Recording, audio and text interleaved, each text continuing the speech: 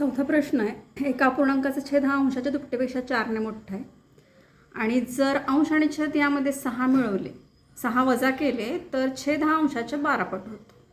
तर बघा, आपण अपूर्णांकाचा अंश x आणि छेद y मानणार आहे. मग पहिल्या अटीनुसार पहिली अट काय आहे की एका अपूर्णांकाचा छेद हा अंशाच्या दुपटीपेक्षा 4ने मोठा आहे. अपूर्णांक काय मिळाला आपल्याला, x छेद y.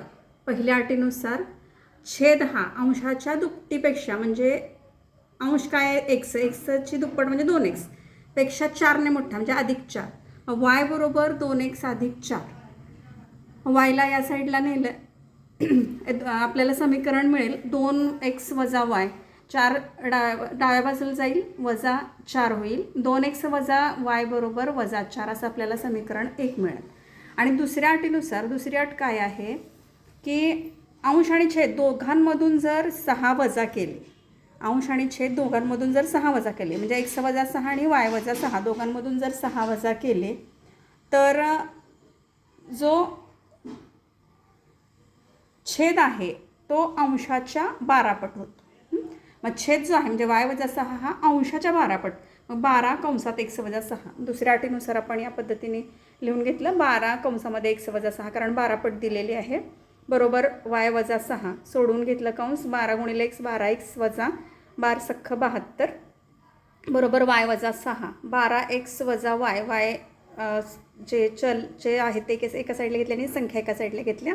12x वजा y बरोबर वजा 6 वजा 72 उजव्या साईडला जाऊन अधिक 72 होतात. वजा 6 अधिक 72 वजा अधिक 66 म्हणजे 12x वजा y बरोबर 66 असं आपल्याला समीकरण 2 मिळतं. मग समीकरण 2 वजा समीकरण 1 करूया कारण y आणि y समान सहगुणक आहेत त्यामुळे आणि त्यांची चिन्ह समान आहेत त्यामुळे आपल्याला वजाबाकी करावं लागणार आहे. 12x वजा y बरोबर 66 आणि 2x वजा y बरोबर वजा 4.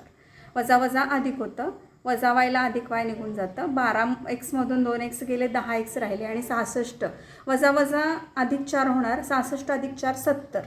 मग x बरोबर 70/10. 10 10 10 70. xची किंमत आली 7. आता ही xची किंमत समीकरण 1 मध्ये ठेवू. 14 वजा y बरोबर वजा 4. समीकरण 1 आहे 2x वजा y बरोबर वजा 4. मग 2 गुणिले 7 बेसाती 14 वजा y बरोबर वजा 4. 14 वजा y बरोबर वजा 4 वजा y बरोबर वजा 4. 14 या साईडला आले तर वजा 14 होतात. वजा 4 आणि वजा 14 यांची बेरीज होणार वजा 18. वजा y बरोबर वजा 18 वजा वजा कॅन्सल y बरोबर 18. yची किंमत मिळाली 18 म्हणजे छेद आपल्याला मिळाला 18 आणि अंश मिळाला 7. अपूर्णांक आहे x छेद y म्हणजे अपूर्णांक 7/18. अशा पद्धतीने आपण हे गणित सोडवलेलं आहे.